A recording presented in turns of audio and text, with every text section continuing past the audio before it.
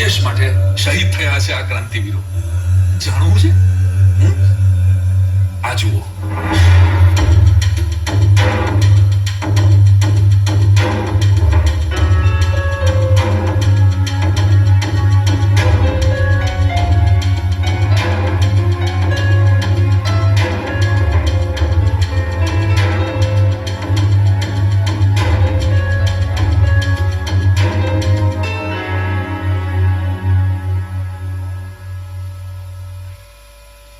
इसका मतलब है पैसों की वजह से हमें हमारी क्रांति की चिंगारियां बुझानी पड़ेगी आजाद. मैंने ऐसा नहीं कहा भगत. हम सबने 2 दिन से कुछ नहीं खाया और ये पहली बार नहीं है. भूख तो अब आजादी की है आजाद. कोई मेनू दसेगा कि हमें आजादी की जरूरत है या पैसों की? आजादी के लिए पैसों की जरूरत है सुखदेव. बात को समझो. हम अगर प्लानिंग के साथ नहीं लड़ेंगे तो सब के सब मारे जाएंगे. तो यहाँ कौन जीना चाहता है आजाद बाबू? खुदा ने चाहा तो ये नाचिस तुम सबसे पहले वतन के लिए फांसी पर चढ़ जाएगा. अशफाक, मैं तुम्हारे जज्बातों की कद्र करता हूं. मौत के लिए हम सब तैयार हैं, लेकिन हम में प्लानिंग की कमी है. सारी दुनिया के लोग जिंदा रहने के लिए प्लानिंग करते हैं और एक हम है जो मरने के लिए भी प्लानिंग नहीं कर रहे. ये तो सरासर नाइंसाफी है भाई. भाई राजगुरु तू रहने दे. तू कोई प्लानिंग मत करियो. भाई अशफाक, कल की बात बताऊं. कल हम सब ट्रेन से लाहौर आ रहे थे और ये हरी राजगुरु के सुपुत्र हमें बिना बताए अंग्रेजों के कैदियों के डिब्बे में चले गए. या खुदा, फिर क्या? वहां जाके कुछ अनाप शनाप बोल दिया. अंग्रेज लश्कर के 15 जवानों ने आधे घंटे तक हमारे श्री राजगुरु साहब को पीटा. मगर ऐसा क्यों किया राजगुरु? वो मेरा कैपेसिटी टेस्ट था. क्या? जी हाँ, मैं जानना चाहता था कि बिना हाथ उठाए मैं अंग्रेजों की मार कितनी देर तक सह पाता हूं. अरे भाई, ये टेस्ट तो तू हमसे भी करवा सकता था. इस पंजाब के पुत्र की एक पड़ जाती, नानी याद आ जाती. इसी हाथ ने सैंडर्स को पहली गोली मारी है, याद है ना? मारना था स्कॉट को और मार दिया सैंडर्स को. ये भी याद है ना तुम दोनों को? जी तो करता है सारे अंग्रेजों को एक साथ छल्ली कर दे. तुम ये यकीनन कर पाओगे भगत, पर अंग्रेजों को मारने के लिए हम कारतूस भी उन्हीं के पैसों से खरीदेंगे. मतलब प्लानिंग क्या है आपकी? अंग्रेजों ने हमारे देश को 150 सालों से लूटा है. हम उनके खजाने को लूटेंगे. आने वाली 9 अगस्त को अंग्रेजों का खजाना ट्रेन से लखनऊ आ रहा है. हम लखनऊ से पहले काकोरी स्टेशन पर ट्रेन लूट लेंगे. भगत सिंह तैयार है.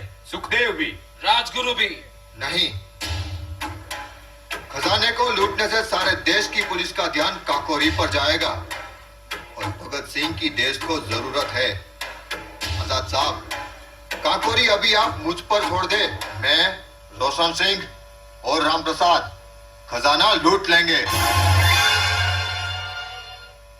भगत सिंह, तुम असेंबली में जाओगे, बम गिराओगे, किसी को भी चोट नहीं पहुंचाओगे और वचन दो जिंदा वापस आओगे. धमाका तो करना ही पड़ेगा. शेखर साहब, ये बहरी अंग्रेज सरकार के कान तब ही खुलेंगे. और वचन? सोचेंगे. भाइयों, दुर्गा भाभी खाना लेके आई है. राजगुरु को पहले मत खिलाना, वरना ये सबकी रोटियां खा जाएगा. कभी कभी मुझे लगता है कि ये दुर्गा भाभी पिछले जन्म में हमारी माँ होगी. तो तू आज से दुर्गा माँ बोला कर. भगत, वचन दो जिंदा वापस आओगे.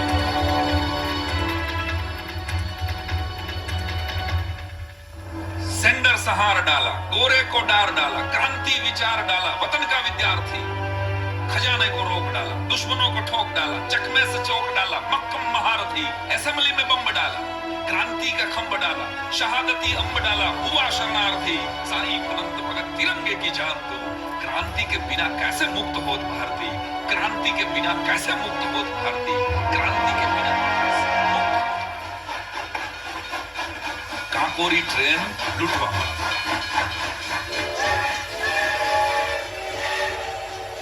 અને કાકોરી ટ્રેન લૂંટવા બદલ અશફાકુલ્લા ખાન, રામપ્રસાદ બિસ્મિલ અને બીજા 10 ક્રાંતિવીરોને ફાંસી થઈ. એસેમ્બલીમાં બોમ્બ ધડાકા. આઝાદના પ્લાન પ્રમાણે ભગત ન ચાલ્યા, પોતાના પ્લાન પ્રમાણે ચાલ્યા અને પકડાઈ ગયા.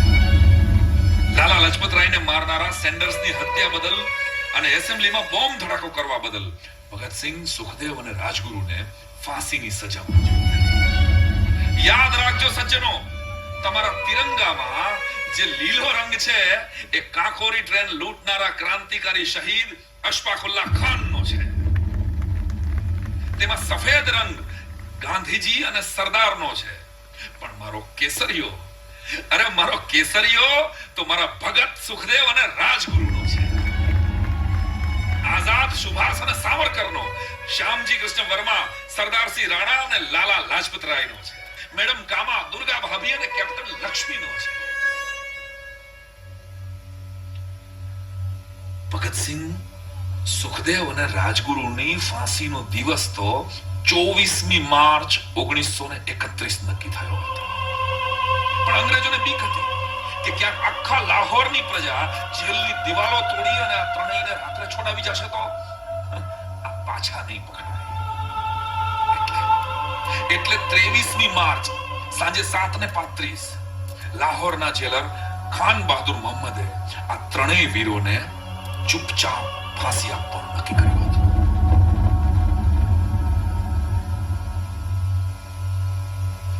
પણ એ પહેલા 22મી માર્ચની અડધી રાતે એક વ્યક્તિ લાહોરની જેલમાં કોઈને ખબર ન પડે એમ ભગતસિંહની બેરેક સુધી તેને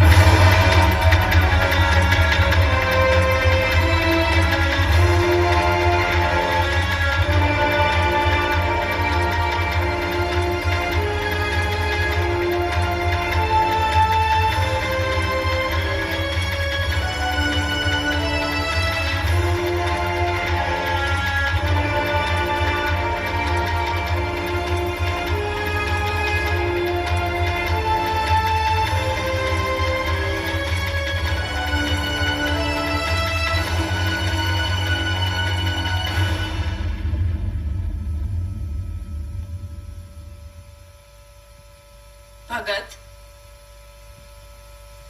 कौन कौन है आप और यहाँ क्या कर रही है? मैं मौत हूँ भगत। अच्छा, मौत। लगता है अंग्रेजों की तरह आप भी हमें ले जाने की जल्दी में है। नहीं, मेरा खौफ सारी दुनिया पर है, लेकिन मैंने सुना है कि तुझे मेरा डर नहीं, इसलिए तुझे जिंदा देखने के लिए एक दिन पहले आई हूँ। जो अपने स्वार्थ के लिए जीते हैं उसे मौत का डर सताता है। मैं तो आने वाली पीढ़ियों के परमार्थ के लिए जी रहा हूँ, इसलिए मुझे तुम्हारा डर नहीं है। तुझे किसी ने रोका नहीं? तेरा कोई भाई, सखा, माता पिता, प्रियतमा या फिर कोई गुरु के उपदेशों ने तुझे मरने से टोका नहीं? पिता मेरा है स्वतंत्रता, पिता मेरा है स्वतंत्रता और माता मेरी सिर्फ भारती, भाई सखा है सारा भारत, प्रियतमा क्रांति की आरती। गुरु मेरा है वंदे मातरम, इनकलाब उपदेश अमर है, इच्छा है जल्दी मरने की, पुनः जन्म की फिर से सफर है। ऐ मौत सुन ले, मैं हंसता हुआ फांसी पर चढ़ना चाहता हूं, मैं लाख भगत सिंह करना चाहता हूं।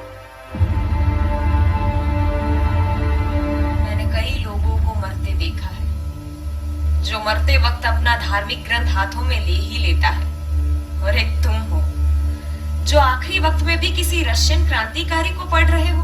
मेरे लिए धर्म से आगे देश है।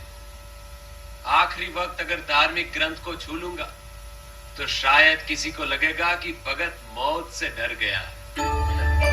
क्रांति ही मेरी भगवत गीता है, आजादी की आरजू ही मेरी आयत है, वतन ही मेरी वर्जिश है और इनकलाब ही मेरा शब्द है। वाह वाह भगत वाह। एक बात पूछूं? जिंदगी और मौत किसी को पूछकर कहां चलते हैं, सीधे इम्तिहान लेते हैं। फिर भी पूछिए।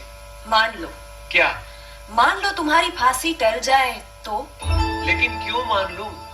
इसी दिन का तो मुझे बेसब्री से इंतजार था। थोड़ी देर के लिए, थोड़ी देर के लिए मान लो कि तुम आजाद हो। क्रांतिकारियों की गतिविधियों से हिंदुस्तान अगर आजाद होगा तो तुम इस देश की सरकार कैसे बनाओगे? जरा मैं जानना चाहती थी। और भगत, सरकार में कौन कौन होते? बोलो भगत। सरकार? ये तो सोचा ही नहीं। मुझे तो मरकर मां भारती के जख्मों को भरना है। सरकार बनाएगा कोई, मुझे क्या? लेकिन फिर भी भगत, सोचो तो सही, क्रांतिकारियों की सरकार कैसे बनती? हाँ, वैसे ख्याल तो अच्छा है। अगर क्रांति दल सरकार बनाता है तो नेताजी सुभाष चंद्र बोस हमारे प्राइम मिनिस्टर होते, हमारे श्यामजी कृष्ण वर्मा विदेश मंत्री और मेरा हट्टा कट्टा दोस्त राजगुरु आरोग्य मंत्री बनता। और तुम कुछ नहीं बनते भगत? नहीं, मैं कुर्सी के लिए नहीं, फांसी के लिए बना हूं। तो फिर लोग तुझे याद कैसे रखेंगे भगत? ये तो मैंने 20 तारीख को अपनी डायरी में ही लिख दिया। पढ़ लो।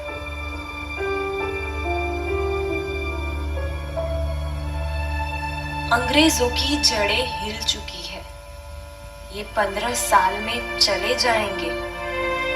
समझौता हो जाएगा पर उससे जनता को कोई लाभ नहीं होगा। काफी साल अफरा तफरी में बीतेंगे, उसके बाद लोगों को मेरी याद आएगी।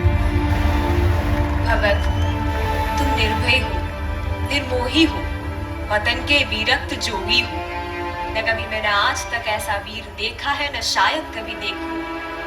आज तक सब लोग जिंदगी के आशीर्वाद से अमर हुए हैं।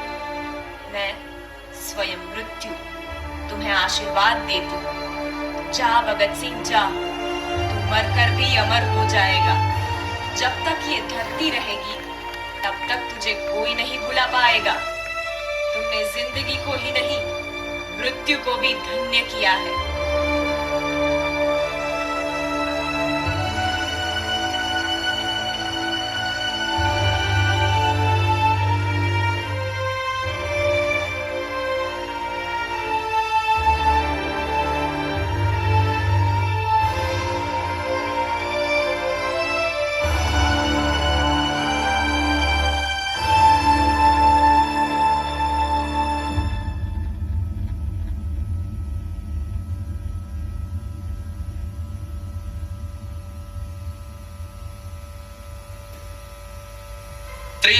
માર્ચની સાંજે 7:35 લાહોરની જેલમાં આ ત્રણેયને ચૂપચાપ ફાંસી આપવામાં આવી.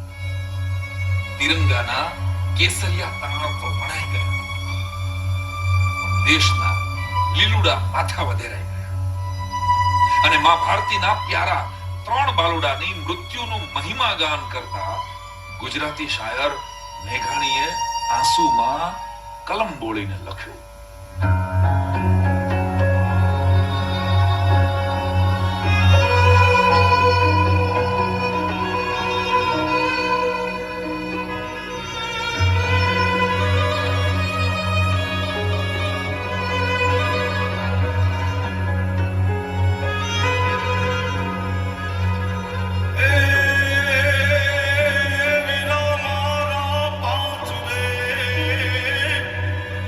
Sin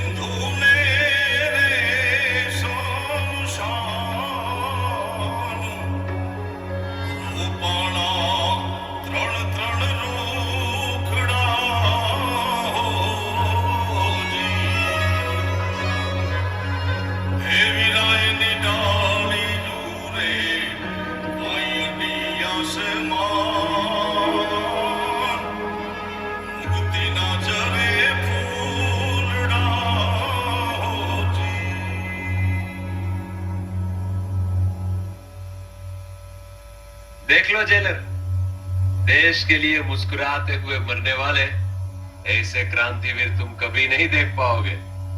इनकलाब जिंदाबाद।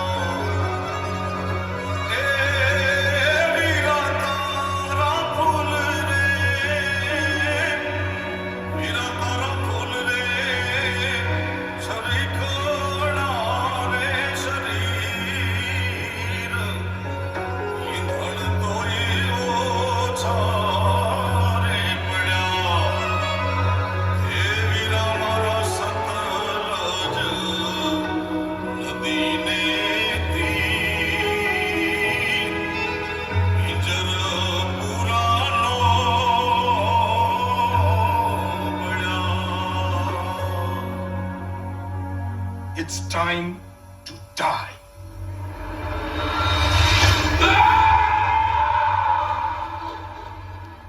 इन तीनों की लाश किसी के भी हाथ नहीं लगनी चाहिए, वरना इनके मंदिर बनेंगे।